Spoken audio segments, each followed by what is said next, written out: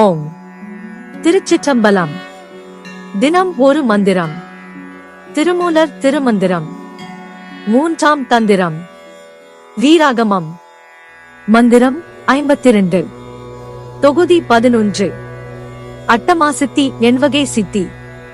பகுதி 1. பரகாய பிரவேசம். கூடுவிட்டு கூடு பாய்தல். பாடல் 630. தாங்கிய தன்மையுன் தானன பல்லுயிர். வாங்கிய காலத்து மற்றோர் குறையில்லை.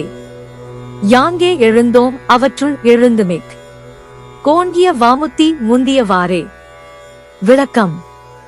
அனைத்து உயிர்களையும் தன்னுள் தாங்கி நிற்கும் ஆற்றல் கொண்டவன் இறைவன். அவன் அணுவுக்கு அணுவாக அனைத்து உயிர்களுக்குள்ளும் கலந்து நிற்கிறான்.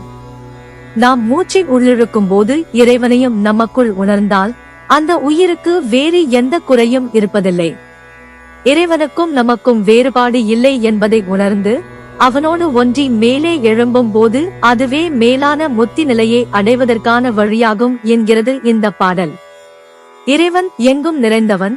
இறைவன் தூரத்து வானத்தில் இல்லை. அவன் ஒவ்வொரு அணுவிலும் நமக்கும் உள்ளேயும் இருக்கிறான். மூச்சு காற்றை கட்டுப்படுத்தி தியானிப்பதன் மூலம் ஒருவன் இறைவனின் தன்மையை உணர முடியும். தான் என்ற அகந்தை நீங்கி இறைத்தன்மையோடு கலந்து நிற்பதே முத்தி. உடலை தாங்கும் மூச்சும் உயிரை தாங்கும் இறைவனும் ஒன்று என்பதை இப்பாடலில் உணர்த்துகிறார் Thirumoolar. Explanation. This verse says that God is the one who possesses the power to sustain all living beings within himself.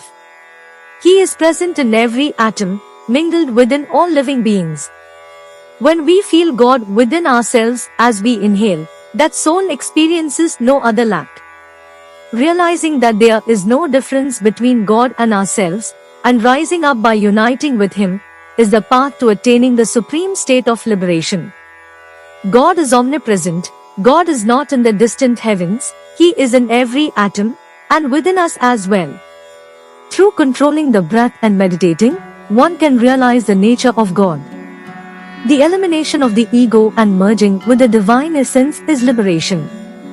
In this verse, Tirumular conveys that the breath that sustains the body and God, who sustains the soul, are one and the same. யாம் பெற்ற இன்பம் பெருக இவ்வையகம். இணைந்திருங்கள், அனைவருக்கும் பகிர்ந்திருங்கள். Presented by Subha Srinivasan. Tamil இலக்கிய பாசறை, கோயம்புத்தூர். நன்றி, வணக்கம்.